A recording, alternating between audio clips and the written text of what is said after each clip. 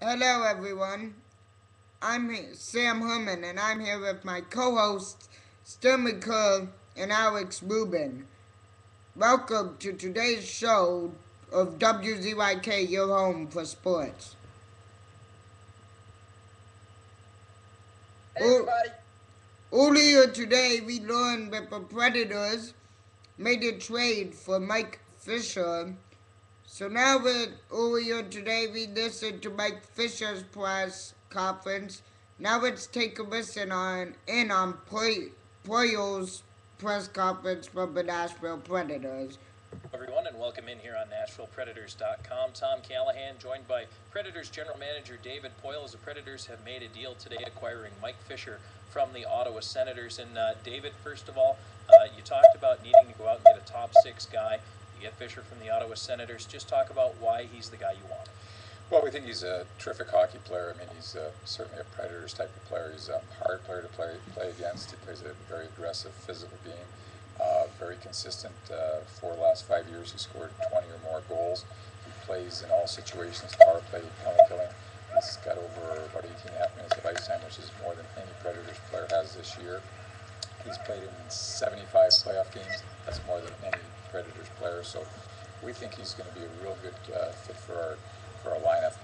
I think it kind of completes our four lines. I mean, we're really missing Matthew Lombardi with his injury since the second game of the season. I think Fisher coming in here, I think it probably gets everybody in what I would call the correct place, if you will. Gives us four lines strong, gives a great chance in the run here for making the playoffs, and when we make the playoffs, hopefully winning some rounds this year in the playoffs.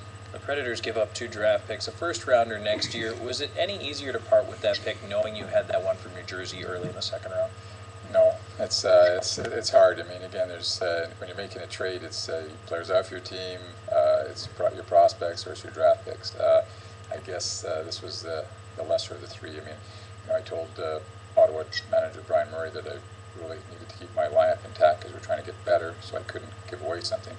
And we started talking about our prospects and kind of coveted them and felt we at least knew what we had there. So it doesn't make it any easier when you trade your first pick. I mean, you better be getting a good player in return. We think we've got that in Fisher. The other good part of this is it's not a rental. I mean, Fisher has 2 more years of a contract, so we're certainly looking at this as a good deal for today, but also a good deal for years to come. You mentioned Matthew Lombardi as well. Obviously, there's still tough to put a timetable on him whatsoever, but you imagine these two players complementing each other. Well, again, Matthew's getting better finally, if you will, from the concussion. He's starting to do a little bit of training on the elliptical. There's no timetable, and I'm not sure he's going to return this season, but I'm very sure he's going to return at some point. And again, with Fisher added today and Lombardi somewhere down the road, I think our forwards are really probably in as good a shape as they've ever been. There's still some time before the trade deadline at the end of the month. Is there anything else on the horizon for the Preds? Well, I just would like everybody to get healthy. I mean, we're still missing a couple of key guys in our lineup. We could get healthy. I think that would be our best acquisition, if you will. We do play 6 or 7 more games before the trading deadline, and anything can happen, as they say. So stay tuned. But I'm really happy that this didn't go down to the trading deadline and that we got this done today, because I think this is as good a forward as we could get. All right, David, thank you very much for joining us. Thank you, Tom. That's Predators General Manager David Poyle, and that's your coverage here on NashvillePredators.com.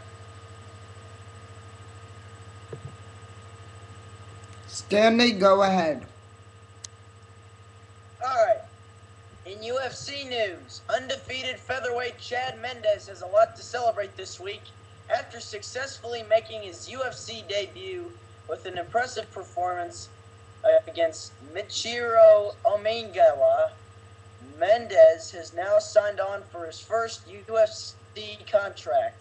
Mendes tweeted last Wednesday a picture of him signing his new deal, which MMAweekly.com reports is a 4-fight deal. His bout with Omingawa marked the last fight on his former WEC deal, which carried over with when the organization was folded into the UFC at the outset of the year. The win moved his record to a perfect 10-0 and has earned him consideration as perhaps the top challenger in the division. Mendes has an extremely bright future in the featherweight division, improving in his striking game, and his wrestling may be unmatched at 145 pounds. His ground and pound game is getting better as well, after a couple of performances in the WEC that many labeled as boring. Mendez has turned his intensity up and has had 2 fun and impressive performances in a row. Alex, what's the latest in sports, buddy? Okay, so the latest says that the Utah coach Sloan resigns after 23 years with Jazz. Here's the speech. 3, 2, 1. It's a little bit tougher than I thought it'd be. But I'd like to say thanks to a lot of people. Number one, going back to when I first came here with Sam Battistone was the owner of the team, and Frank Layden was the coach. And I'd like to thank them for bringing me in here, primarily because Phil Johnson recommended me for a job. And then the Miller family bought the Utah Jazz and worked with Frank, and Frank stepped down. And I always say this, I could have still been Frank's assistant coach till today.